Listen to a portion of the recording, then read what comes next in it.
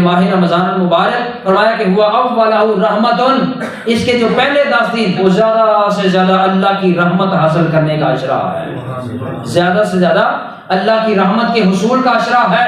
وَأَوْسَطُهُ مَغْفِرَةٌ، اور فرمایا کہ اس کا جو دوسرا اشرا ہے وہ زیادہ سے زیادہ گناہوں کی معافی کا اشرا ہے، اور فرمایا وَآخِرُهُ عِتْقٌ مِّنَ النِّيرَانِ، اور فرمایا اس کا جو تیسرا اور آخری اشرا ہے وہ جہنم سے آزادی حاصل کرنے کا اشرا ہے۔ فرمایا اب اے بندو تمہاری منشا اور مرضی اور تمہاری محنت ہے کہ تم لوگ کس قدر محنت کر کے اس ماہ رمضان مبارک میں اللہ رب العزت کی بارگاہ میں رحمت حاصل کرتے ہو، اور اللہ رب العزت کی بارگاہ سے گناہوں کی معافی مانگتے ہو، اور اللہ رب العزت کی بارگاہ سے توبہ قبول کروا کر جہنم سے آزادی حاصل کرتے ہو۔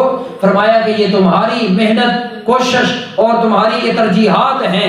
تو حاضرین گرامی قدر، اللہ کے محبوب نبی صلی اللہ علیہ وسلم ماہ شعبان المعظم کے آخری ایام تھے۔ بولیے ذرا، ماہ شعبان کے آخری ایام ہیں، تو اللہ کے محبوب نبی صلی اللہ علیہ وسلم نے صحابہ اکرام کا جمع غفیر تھا، اور ان کے سامنے اللہ کے محبوب نبی صلی اللہ علیہ وسلم نے کو خطبہ ارشاد فرمایا۔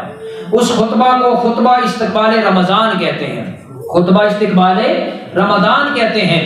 تو آئیے اس خطبے کے چند ایک الفاظ ہم سنتے ہیں۔ محبوب نبی صلی اللہ علیہ وسلم لوگوں کو مخاطب ہو کر فرماتے ہیں ایھا الناس، اے لوگوں سن لو، فرمایا قد اذلکم شہر مبارک، فرمایا کہ ان قریب تمہارے پاس ایک برکت والا مبارک مہینہ آ رہا ہے۔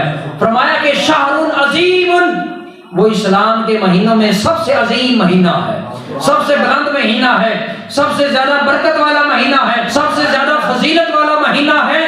اور پھر اللہ کے محبوب نبی صلی اللہ علیہ وسلم نے فرمایا کہ اس مہینے کی برکت یہ ہے کہ فرمایا کہ فَيَصُومُهُ لَيْلَةٌ مِّنَ الْقِيَامِ وَشَهْرٌ مِّنَ الصِّيَامِ، فرمایا کہ اس مہینے کے دن کا روزہ اللہ نے اپنے بندوں پر فرض کیا ہے، اور اس مہینے کی رات کا قیام اللہ رب العزت نے اپنے بندوں پر باعث برکت بنایا ہے۔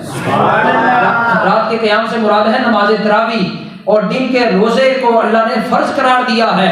یہاں تک جب حضور نے بیان کر دیا، پھر حضور صلی اللہ علیہ وسلم نے فرمایا کہ میرے امتیوں غور سے سنو، اس مبارک مہینے میں اللہ اپنے بندوں پر اتنا فضل کرتا ہے، اتنا کرم کرتا ہے، اتنا لطف اور احسان فرماتا ہے۔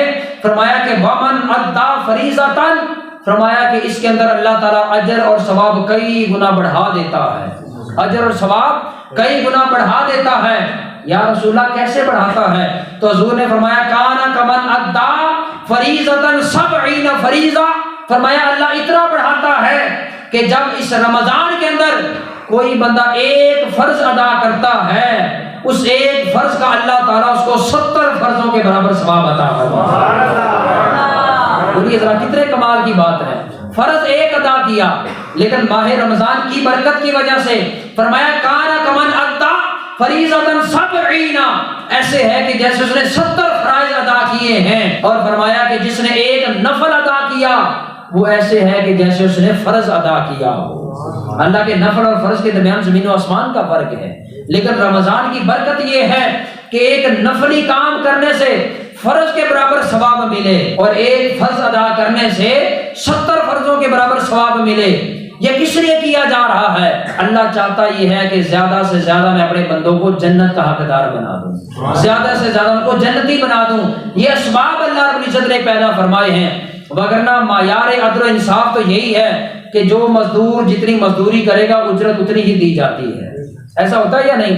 آج زمانے کا جتنا بھی بڑے سے بڑا سخی ہو، جتنا بھی بڑے سے بڑا کوئی فراخ دل ہو، اگر وہ کنسٹرکشن کرواتا ہے، لیبر لگاتا ہے، مستری و مزدور لگاتا ہے، تو جو ان کے ساتھ یہ معاوضہ طے ہو جاتا ہے وہی دیا جاتا ہے۔ لیکن قربان جائیں ہم اپنے رب کے فضل و کرم پر، قربان جائیں اس رب کی کرم نوازی پر۔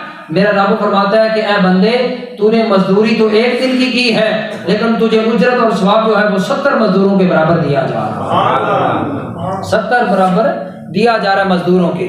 اس کو میں کہا کرتا ہوں رحمانی پیکج، ربانی پیکج، یعنی اللہ تعالیٰ ماہ رمضان کے اندر نیکیوں کا ایک خاص پیکج لگا دیتا ہے۔